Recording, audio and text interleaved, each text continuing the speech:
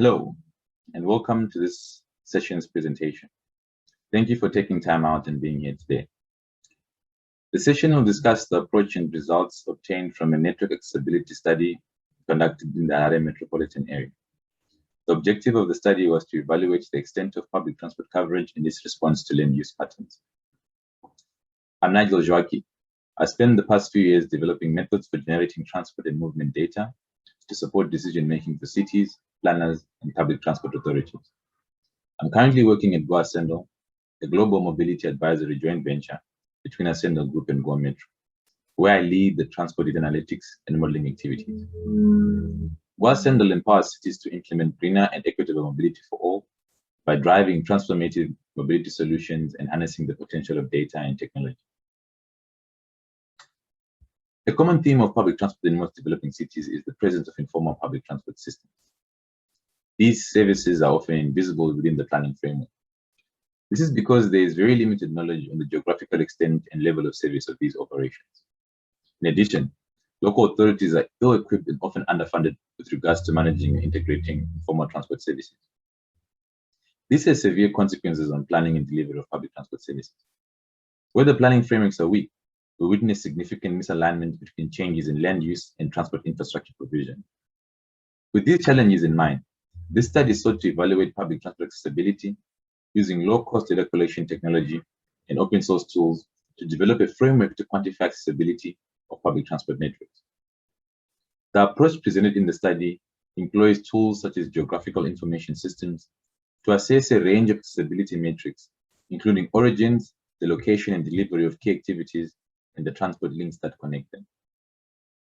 Motivation to develop such an approach is driven by the lack of low-budget data collection and quick computational methods to support evidence-based planning for cities in the developing world. The model presented in the study can be easily implemented and used to evaluate the performance of public transport systems by local authorities with very minimal complexity. Why is accessibility important? Tackling mobility issues encountered by passengers, whether they relate to the geographical, physical, or social conditions, is one of the main focuses of public transport operators and governments. This is because mobility is a key factor for economic and social integration. We observe that the majority of travel is undertaken for the purpose of interacting with opportunities at the destination. The purpose of transport is to provide access to homes, jobs, shops, and various economic opportunities. These opportunities can be classified as facilities or amenities that encourage some form of interaction and value exchange. Seen from this viewpoint, it is clear that transport should be accessible to everyone because people excluded from the transport system are excluded from the opportunities of daily life. Accessibility is a useful way of quantifying information regarding land use and transportation systems. And improving accessibility to public transport would be a very effective government policy that promotes equity and efficiency of transportation systems, as well as reduce the negative externalities that promote private motor vehicle use. For this study, accessibility is defined as the extent to which the transportation system enables groups of individuals to reach activities or destinations by means of a combination of transport modes. What are the key characteristics of accessibility models? We see three distinct characteristics. The first being that an accessibility model needs to be sensitive to the changes in transportation system. By improving the service or reducing the level of service, one should be able to quantify this change through an accessibility lens. Secondly, an accessibility model needs to be sensitive to changes in the land use system. By providing more opportunities in a geographical region or taking away opportunities from that region, one should be able to quantify these changes through an accessibility lens. Thirdly, an accessibility model needs to be sensitive to time and temporal constraints. One can only get to a job by a specific time, and one can only access a health facility in case of emergency within a particular window. We can see that the key objective of these models is to achieve a holistic and quantifiable understanding of the development patterns and the interaction of these with land use and transportation policies. What are the inputs that one requires to be able to run an accessibility analysis? There are three key inputs that one requires. Firstly, one requires a set of origin and destination points that represent the geographic unit between which the accessibility must be evaluated. One needs an associated variable that defines the socioeconomic and employment characteristics of the population. And lastly, one needs a transportation network that quantifies the ease of travel connecting these origin and destinations for a particular variable or population group. What metrics are available to quantify accessibility? We see that land use policy and geographical studies use maximum travel time and distance to a location or to a transport infrastructure as the standard for accessibility measure. The main advantage of these measures is the ability to present an easily explainable accessibility metric without implicit assumptions about a person's perception of transport, land use, and how these two interact. Distance and travel time measures will be used as accessibility measures in this study. The metrics are presented to indicate the number of opportunities reachable within a given travel time and a walkable distance. To visualize the outputs of these metrics, isochrons were used to describe the transport and land use system from the user's point of view. Looking at the motivation of the study, the objective is to develop an approach that can be implemented easily to measure performance of public transport systems. Currently, available tools are either costly or complicated to use and not within reach for planners in the developing world. For this study, the programming language of choice was Python. The data preparation, processing, and analysis was performed using this language and is a widely and easily accessible language. The integrated network was combined using Urban Access, which is a tool for creating multimodal graph networks for use in multi-scale transit accessibility analysis. Computation of accessibility metrics was performed using another open source tool called Pandana, which is a Python library that calculates different complicated accessibility metrics. Urban Access and Pandana are open source libraries that are developed by UrbanSim. These are part of a collection of open source tools that facilitate transportation analysis and modeling. Some libraries available from this portfolio can conduct different simulations related to transportation, as can be seen on the slide. Now that we understand the different characteristics of accessibility models, the inputs required, the matrix with which we can use to evaluate accessibility, as well as the tools that are at our disposal to be able to do this, we're able to actually apply it to our study area. So Harare currently has a population of just about 1.5 million. The spatial structure of the city is characterized by a radial road network with the central business district at its core, with industrial areas in the south and the east of the city. Urban development is guided by development plans, which are prepared by the local authority with support from the local government. The metropolitan area has witnessed extensive urban sprawl. And unlike cities in other parts of the world, it has not been driven by industrialization. Instead, it has largely been driven by rural urban migration and rapid population growth. Increased unrestrained built-up area expansion in the south and the east of the city reveals significant urban sprawl. What public transport modes are available in the city of Harare? There are buses, which are currently provided by the state-owned company, ZUPCO. However, the supply of these buses is significantly inadequate, despite different arrangements that the state has employed, where they've developed a franchising model in which they lease higher occupancy vehicles from different individuals. However, this has not been able to meet the demand in the network.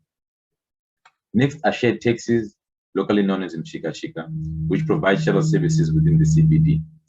Over the past year, they've also started operating on the same routes with the rest of the modes, creating significant competition in the market. A fun fact about Mshika-Shika is that they inspired Logan Green and John Zimmer to start ZimRide, a long-distance carpooling service in the United States, after an encounter with these shared taxis in Harare. ZimRide has since rebranded to Lyft. The third mode are the minibus taxis, locally known as combis, and these provide much of the public transport services in the city and are the focus of this particular study. Now that we know our geographical area and understand the different modes at our disposal, we are able to actually collect the required data and perform the accessibility analysis. Points of interest data was categorized in 4 distinct groups: economic, educational, government, and health, as these were identified to be the key points of interest with which one can access different opportunities.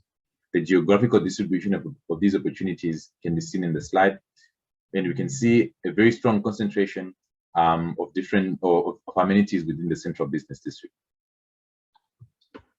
The land use data was also sourced, as can be seen from the slide, and this was sourced from OpenStreetMap and scraped from different government GIS websites available on the internet. The population data was sourced from the most recent government census. Looking at the population and land use data, one can already observe that the land use patterns, or rather the data on the land use patterns, does not quite match the population data we have, showing that there's a lag in how the information is being updated and represented geospatially. Now, we had to develop a transportation network to be able to conduct the study. And knowing that informal transport services are currently invisible within the planning framework, we had to conduct a lightweight data collection service in order to gather the information on the transit network. Data collection occurred between August 2018 and January 2019. Interviews were conducted at the key facilities within the central business district to be able to establish the key destinations from these points. Once these origin destinations were identified, onboard vehicle surveys were conducted in order to collect the route profile and the stop profile on these particular routes. This data, once collected, was converted into a general transit feed specification, which is a widely known and widely used data format for performing and sharing transportation data. With the different data gathered, the pedestrian network had to be sourced, and this was also sourced from OpenStreetMap. All features within that network that are accessible to pedestrians were included, and those that are not accessible were removed, such as freeways. Once these two networks were identified, the transit and the pedestrian, they were then merged using urban access to be able to create an integrated network with which to perform accessibility analysis. Different model parameters had to be updated in order to conduct the analysis. Walking distance to a transit stop maximum was set to 800 meters, and the maximum walking distance to a point of interest was set to 1,500 meters. The GTFS feed developed from the onboard surveys is a frequency-based feed, and only peak frequency values were assigned in the model. A travel impedance of 1.4 meters per second for the pedestrian network was assigned in order to calculate walking travel times. With this information, we're able to run a simulation and get some results that define how our transportation system is providing accessibility to different opportunities within the network. We can observe that by looking at the walking distance to public transport stops, it shows that the majority of the city lives within a walking distance to a public transport stop. This shows that despite the lack of planning for transport services in new developments, informal public transport operators are successfully responding to demand, despite a lack of basic infrastructure in some of these areas.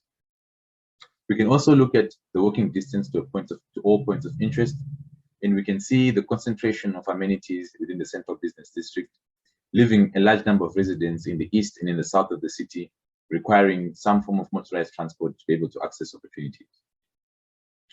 We can look at the travel time to points of interest, and we can see that very few residents have access to facilities and amenities within 50 minutes of travel time using public transport services, with some low density areas in the north and of the city having some level of accessibility to some amenities. Increasing the travel time to 45 minutes can increase the number of opportunities accessible within the city.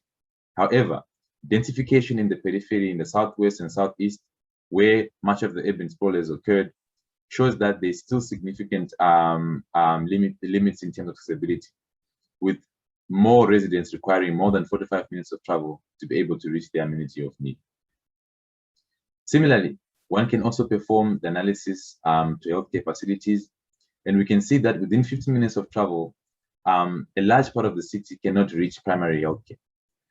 Fully equipped specialist health facilities are situated in the center of the city. This is further evidence that the supply of health facilities is being outpaced by urban growth. Increasing the travel time to 45 minutes reveals that new urban settlements in the south of the city still require more than 45 minutes of travel time to reach primary healthcare. This comes with great consequence in cases of health emergencies. What are the insights that one can infer from the results? We can see that the city has not been growing efficiently from a transport accessibility point of view. And we can see that the majority of residents are required to travel using motorized modes to access facilities and amenities that meet their social needs. From a land use point, we can see that there's an unstructured and lack of basic regulatory oversight in terms of adherence to building standards and planning frameworks. Secondly, there are no well-defined activity centers, making it really challenging for communities to access social and economic opportunities. And then lastly, the centralization of facilities and amenities to the central business district forces long travel times for residents in the metropolitan's periphery. What conclusions can we draw from this study? Overall, the approach presented in the analysis enriches our understanding of transit system with easily accessible data gathering analysis tools, particularly open source accessibility tools. Secondly, using the lens of accessibility, we are able to provide more insight on the spatial development and transportation developments within the city. For developing cities, this helps frame questions for a deep analysis of land use and spatial development to inform different strategies and policies to support more accessible land use development. Lastly, this type of analysis provides an approach to formulate answers to a very critical question in most developing cities on how one can measure the impact of different data collection and urban mobility initiatives. So with this knowledge, there are certain next steps that we would need to do to be able to develop a deeper understanding of the public transport network. Firstly, we need to perform a network discovery study to evaluate the impact of COVID on travel. As highlighted, with new laws have been initiated in the city over the past year due to the pandemic, which has had significant impact on accessibility in the city's periphery, because the most accessible public transport mode is being restricted to providing services, and only the state-owned buses are being encouraged to provide services, leaving a large amount of residents in the city without any mode of transport or any available mode of transport. Next, one will be required to estimate the passenger demand on the route network, as well as the vehicle supply within the network. With this information, one can be able to investigate the operational characteristics, including the business models of these operators, in order to identify different ways to improve the efficiency. Thank you.